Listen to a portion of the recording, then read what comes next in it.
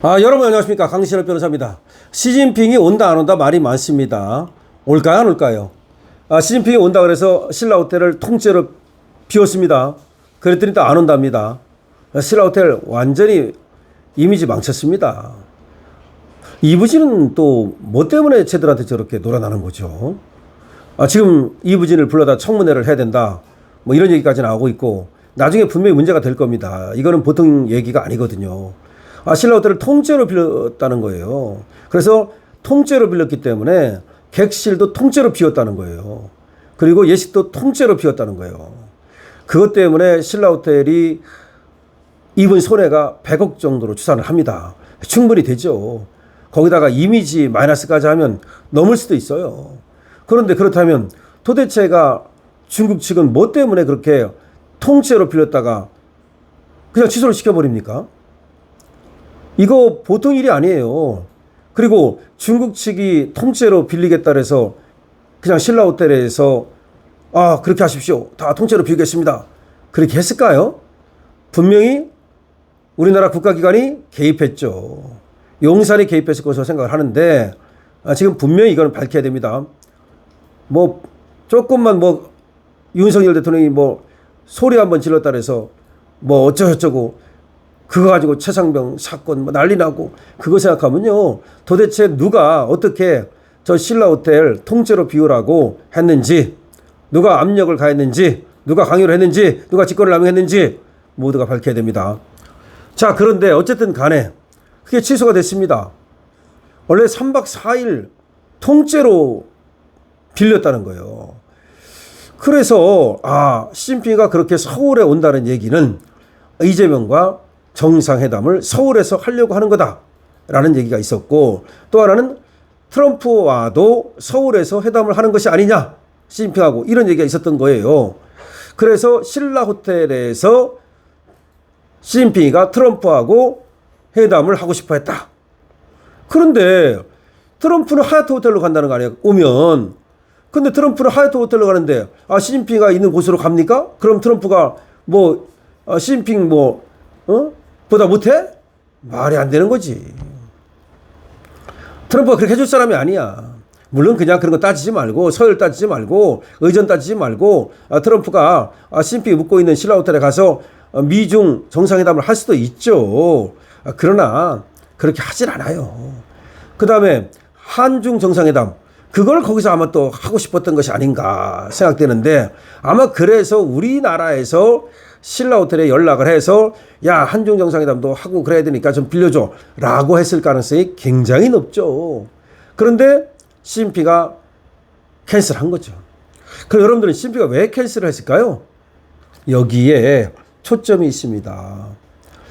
자, 시진핑이가 신라호텔을 통째로 빌리고, 이제 시진핑이가 빌렸다는 걸 공식적으로 발표를 하지 않았지만 우리나라에서 그것이 이제 알려졌잖아요. 그러면서 시진핑이가 온다, 누가 생각해도 이제 알았던 거 아닙니까? 그러니까 자, 북한의 외무상이 바로 중국으로 달려갔습니다.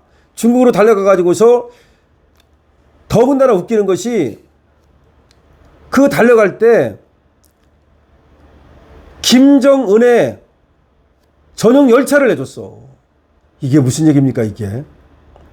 그러니까 김정은이가 직접 간 것과 똑같은 효과를 거두려고 외무상을 보내면서 자기와 똑같은 그런 어떤 위상을 심어줘가지고 중국으로 급파했다고요. 이 얘기는 무슨 얘기냐면, 지가 못 가니까 대신 보내긴 했지만 시진핑을 만난 거나 비슷한 거야. 그래서 김정은이 그럼 무슨 말을 했을까요? 무슨 말을 했을까? 남한에 가지 마십시오, 지금 거기 가면 안 됩니다, 이렇게 얘기를 한 거야. 뻔한 겁니다. 지금 보도도 나오고 있어요. 그러니까 아무래도 북한을 의식하지 않을 수 없는 거예요. 중국으로서는 더군다나 러시아하고 서로 북한을 두고 경쟁 관계이기 때문에 중요해요. 그렇기 때문에 이걸 싹 무시해버리고 나 갈 거야, 이렇게 할 수가 없는 거죠. 그 다음에 또 하나는 우리나라에 와가지고 이재명 만나봤자 크게 얻을 것도 없잖아요. 그런 상황에서 굳이 그래서 저는 안 올 가능성이 높다고 보는데 지금 어떤 또 보도가 나오느냐면 서울로 안 오고 경주로 올 거다.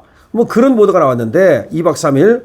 그래서 거기서 그냥 간단하게 뭐 정상회담 비슷하게 할지 모르지만 어쨌든 경주로 2박 3일 온다. 또 이런 보도가 나왔어요. 그런데 아까 말씀드렸듯이 경주로 오나 서울로 오나 시진핑은 어쨌든 오는 건 오는 거야.